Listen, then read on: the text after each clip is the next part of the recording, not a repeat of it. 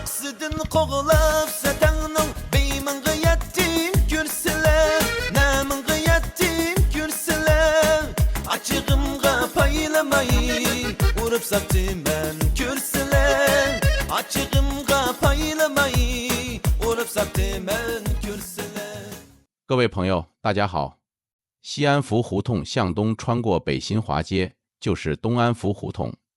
这里是离中南海新华门最近的胡同，还曾有过一段与众不同的历史。现在的东安福胡同全长452米，是一条东西向的单面胡同，东起石碑胡同，西至北新华街。南侧为居民院落，北侧是部队大院，再往北是长安街，街对面就是中南海，清朝称为西院。在明代，东安福胡同与西安福胡同一起，统称为安福胡同。到了清朝乾隆时期，维吾尔人开始在此聚居，往后的100多年，这里被称作回子营。在只有旗人才有资格居住的皇城宫苑旁，为什么会有一片维吾尔人居住区呢？16世纪，中亚地区有一位伊斯兰教苏菲派纳格什班底耶教派的领袖马哈图穆阿杂木，他自称祖父来自麦地那，是先知穆罕默德女婿阿里的后裔。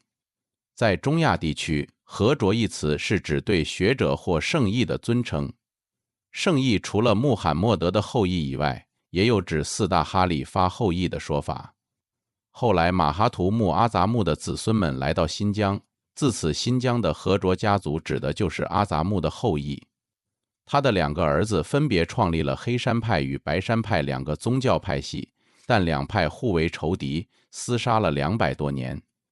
到了清康熙时期，白山派的阿帕克和卓联合蒙古准噶尔部的噶尔丹，灭亡了叶尔羌汗国，并短暂统治过叶尔羌故地。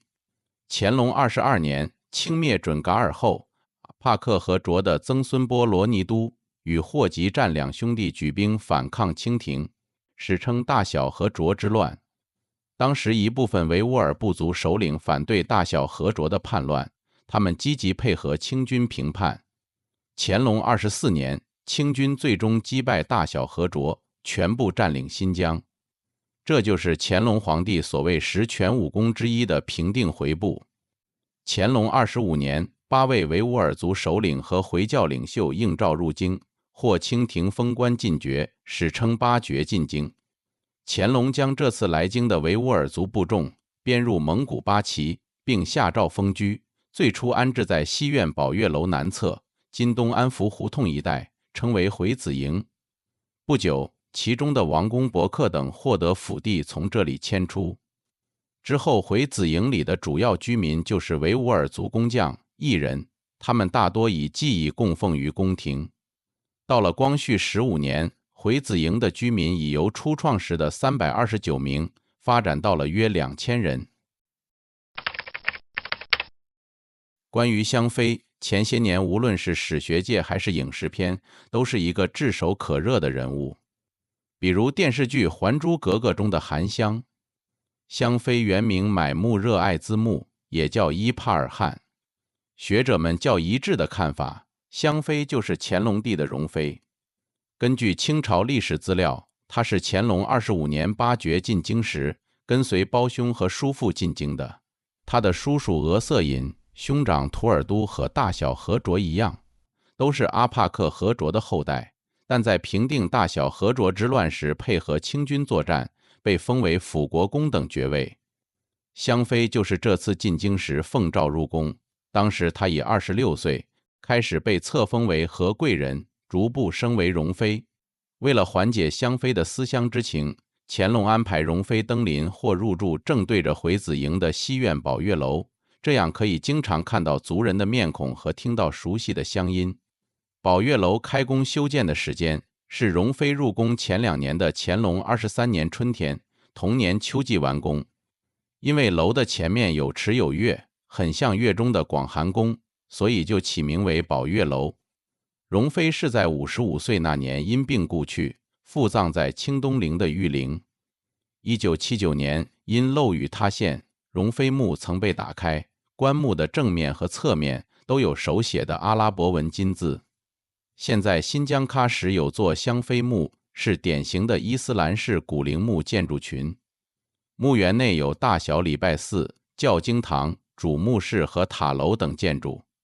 这里最早是阿帕克和卓建立的家族墓地，称为阿帕克霍家墓，葬有和卓家族的5代72人，香妃并没有入葬于此。东安福胡同内现有一座回子营清真寺，规模不大，应该为民国时期修建。在它的北侧部队大院位置，曾是乾隆下旨修建的清真普宁寺。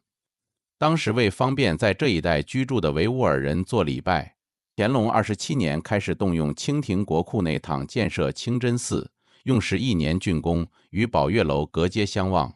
乾隆赐名清真普宁寺，还亲自以汉满蒙藏4种文字撰写了碑文，敕建回人礼拜寺碑记。该寺占地25亩有余，建筑属阿拉伯风格，寺门坐南朝北，礼拜殿坐西朝东，外形近似正房，中为绿琉璃瓦亭阁，四围各有一小亭。普宁寺虽对中国古典建筑有所借鉴，但仍属明显的南疆清真寺建筑风格，非对称的建筑布局，大量采用砖石结构。大殿内部宽敞明亮，四门为高大穹隆顶，且与邦克楼一体。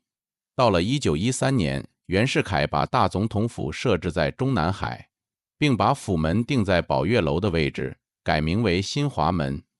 原来的宝月楼隔有宫墙，不通长安街。当时的施工人员发挥聪明才智，拆了宝月楼南侧的一段宫墙，在楼外建8字墙与宫墙相连，楼内建影壁。同时，当时的民国政府以拓修新路为名，将清真普宁寺四门、礼拜殿等建筑拆除，修筑了灰色的花墙，以遮挡艰难的民居。改在寺南侧修建了新的大门，新大门坐北朝南，位于东安福胡同中段北侧。清真普宁寺后来被完全拆除，保留下来的遗迹只有一拱雕刻着缠枝花卉的石券。乾隆御制碑则一度被埋于地下，后被文物部门收藏，现存历代帝王庙内。现在袁世凯修建的花墙还在，只是位置在2009年向南挪了一段。东安福胡同的东侧是南北走向的石碑胡同，现只存西侧部分，东侧建成了国家大剧院。